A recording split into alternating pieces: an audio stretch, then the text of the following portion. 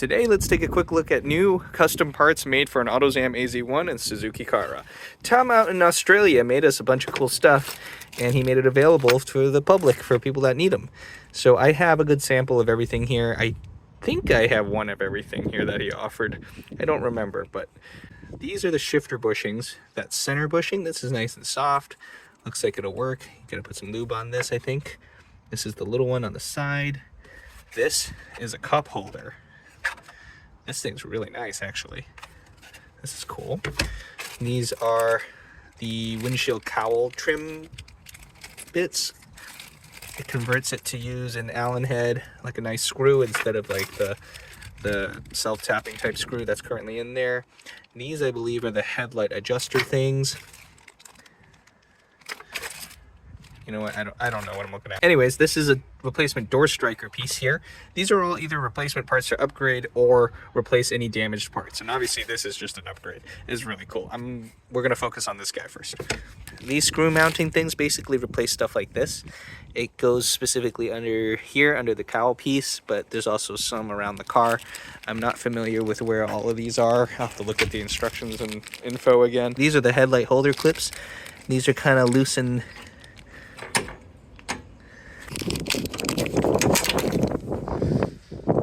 oh, well, that's nice. All right, well, these are new headlight spring holders for this. I guess that was pushed down when my car was hit. Okay. Anyways, these things replace these guys if yours are cracked or damaged or whatnot, or if you just don't like how wiggly they are. I believe that's why he made these. The next one is this. This piece is out in the open all the time, and you know, people getting in and out of the car, sometimes they clip these and they break them. So if you need a new one, these are available right here. So first of all, to install the cup holder, pull the ashtray out, push down on this tab, release the whole tray. Putting that aside, you're going to see two Phillips head screws right in here. Those are the ones you're going to take out. And these are the pan head screws that come out. They are pointy, coarse thread. And now you can see the metal piece in here. This is what you're going to try to take out of here. You can kind of get it out, loosen it from the little slots and fittings and whatnot. In the very back, there is a notch that kind of goes in that hole where my finger is. I'm trying to jiggle it loose from there and then be able to drop this down. Careful, there are a lot of sharp edges. After much jiggling, I was able to get it loose to this point. I don't know if I can get it out forward. Tom says you can get it out this way. Maybe I'm not doing it right, but I don't see myself getting it out this way. I'm gonna try to knock it out the back way where it comes out the bottom, to the left of the steering column. I am now getting the whole thing knocked out that way to the left. Gotta have to work it around the wire harness. You can see it kind of rotating and just kind of falling out this way. It's stuck on some stuff. It's hard to see. Take your new cup holder and take the cup holder part out. Take the new cup holder assembly, make sure the honeycomb pattern's on top. That signifies these two notches are on top too. That's the way you need to do it. You can't get this back in from the front because of how wide this thing is.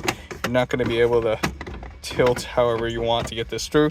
So I'm going to go underneath the same way that ashtray thing came out. Just back and tuck it back into this hole. It's hard to do this one-handed. My GoPro isn't working right now, so I'm just using my phone.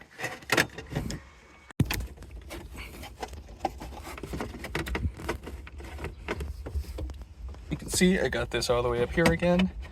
Just have to wiggle it around to get it to come up.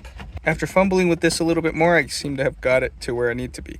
See those brass inserts? They just need to be where the holes are and put the new screws in. Take the new screws he provided and screw them in.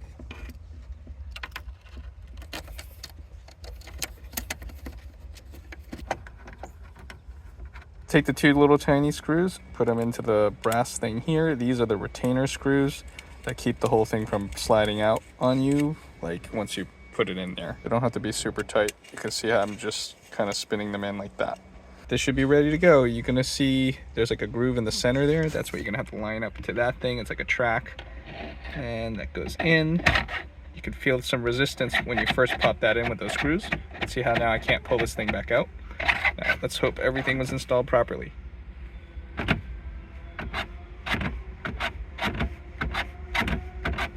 Why is my whole like dash moving?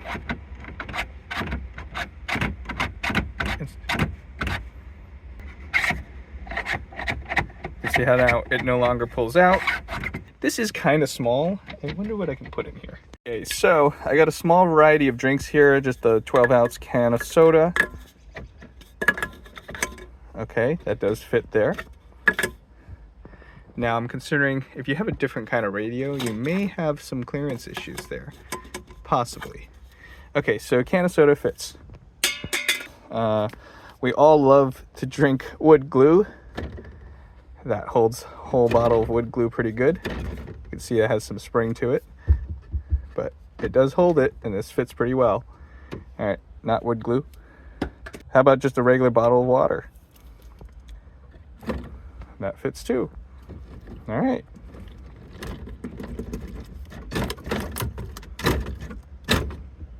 Hey, looks pretty sturdy to me. Uh-oh. It seems to like being pressed in the center. Oh, wait. I bet it's how the mechanism works in there, but it prefers to be pressed in the center or on the right. Because when you press it on the left, it must be flexing the little tab that pivots in there. It must not be pushing it the right way for it to engage. You can see how like pushing it on the right side, the driver's side. I don't know. I'm sure that's fine. I really like this cup holder right now. Unfortunately, I'm still not driving my car, but this is really nice just not to have this kind of hanging out here. That's usually where I put my water, but just having a nice place to put things, it's nice. All right, that's it for now. Just a little quick upgrade there. I'll have them in my shop. They're made in Australia. You guys will see them listed. They're going to have all the details and information, installation instructions, whatnot. Obviously, there'll be videos for things if possible, if I get to them.